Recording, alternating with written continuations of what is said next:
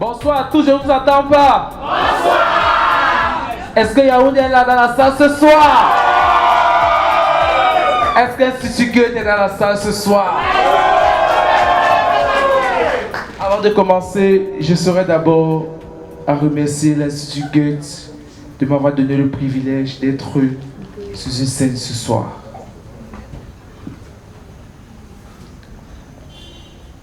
La nature. La nature est un gigantesque trésor. Elle est constituée des plantes, des animaux, des microbes et même des matériaux. Ceux-ci sont d'une importance capitale et font de l'homme son idéal. Ces idéaux peuvent être l'alimentation, l'habillement et même la santé. La santé. La santé. C'est quoi la santé? Être en santé, c'est être bien. Être en santé, c'est être en joie. Mais au vu d'aujourd'hui, cette joie et ce bien-être disparaissent. Ceci au détriment de nombreux problèmes tels que la pharmacorésistance. Ils me poseront sûrement la question de savoir c'est quoi la pharmacorésistance. Vous savez, il nous arrive parfois d'avoir des maux de tête, n'est-ce pas? D'accord. Et avant, lorsqu'on consommait 1 à 2 paracétamol, du coup, on se sentait bien. Mais aujourd'hui, lorsqu'on en consomme 2, 3, voire même parfois 4, on a cette impression de ne pas être soulagé. À cela, nous pouvons avoir le problème d'apparition de nouveaux virus, tels que la COVID-19, qui nous tous ici présents ce soir savons son histoire. Tous ces problèmes suscitent en nous aujourd'hui, chercheurs, des questionnements. Tous ces problèmes suscitent en nous des interrogations sur des voies de production de nouveaux médicaments. Savez-vous d'où proviennent tous ces médicaments? Je m'adresse à vous, cher public. Savez-vous d'où proviennent tous ces médicaments? D'accord. Nous avons souvent l'habitude de voir dans nos chaînes télévisées Canada Equinox, Dr Agos, Dr Dewa, qui font parfois des mélanges de kenkeliba, plus roi des herbes, plus aloe vera. Vous croyez même que quoi? N'est-ce pas, c'est pour vous soigner, non? Lorsque vous les prenez, vous vous sentez mieux, non? En fait, ce soir, je voulais que vous sachiez que la plupart de nos médicaments proviennent des plantes. Et ceci a été estimé selon l'OMS en 2020 à 70%. Mais aujourd'hui, cher public, permettez-moi de vous présenter une autre source prometteuse. Lorsqu'on entend en général parler de matière fécale, on a l'impression, a priori, nous voyons des engrais ou bien fumier-fiants que nos parents utilisent dans nos villages pour enrichir ou bien fertiliser les sols champêtres. Mais aujourd'hui, sachez qu'à l'intérieur de ces matières fécales, ils vivent des grands hommes. À l'intérieur de ces matières fécales, ils vivent des personnes importantes. C'est le cas des champignons coprophiles. Terre-à-terre.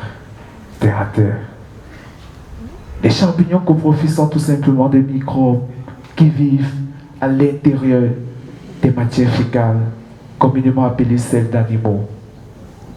Et ces champignons coprophiles ont démontré et ont prouvé aujourd'hui qu'ils sont source de production de potentiels antibiotiques, qui sont source de production d'agents de lutte biologique. Je suis sûr qu'ici ce soir, les gars diront, ce gars-ci, ou c'est la sorcellerie qui veut nous amener ici, comment est-ce qu'avec les caca, on peut avoir des antibiotiques? Est-ce que je mens?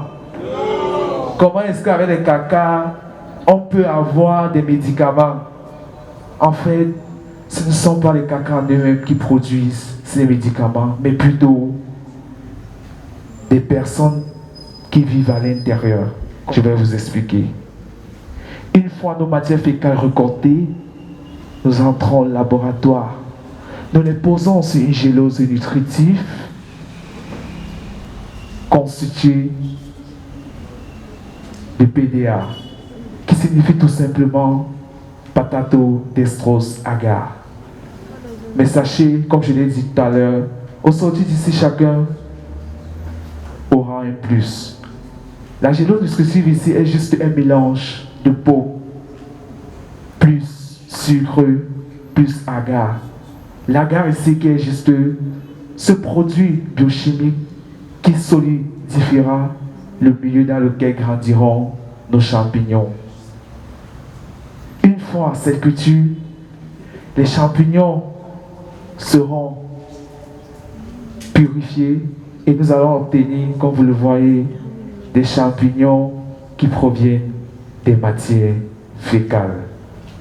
Après cet isolement, ces champignons vont être cultivés sur des milieux de cultures tels que le riz, le sorgho, le soja, le maïs, pour ne que citer ceux-là.